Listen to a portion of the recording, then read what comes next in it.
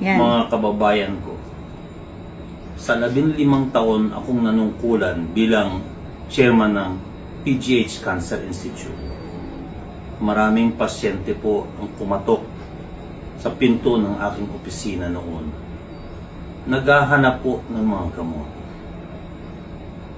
Inihintay nila ang kanilang pang chemotherapy na wala pa sa amin. Ang naisagot ko po sa kanila ay pasensya na po, wala pa po tayong gamot, wala po tayong budget para sa inyong mga gamot. Naghihintay po tayo.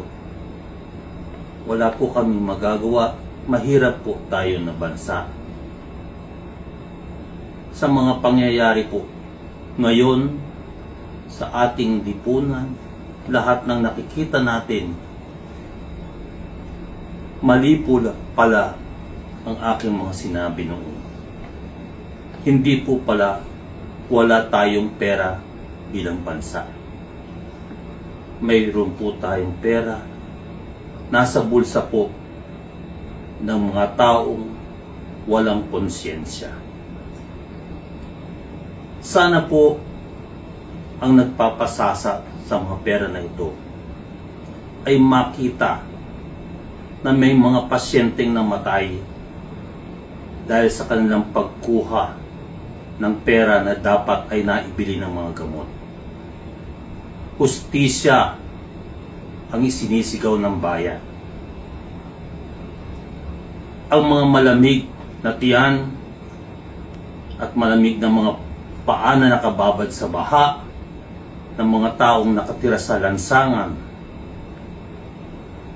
sila po ang mga sumisigaw ng hustisya, katarungan. Iyan pa ang kapalit ng pagbili ng mga kotse na mamahalin, ang pagkain sa mga mamahaling hotel, ang pagtapo ng pera sa mga kasino.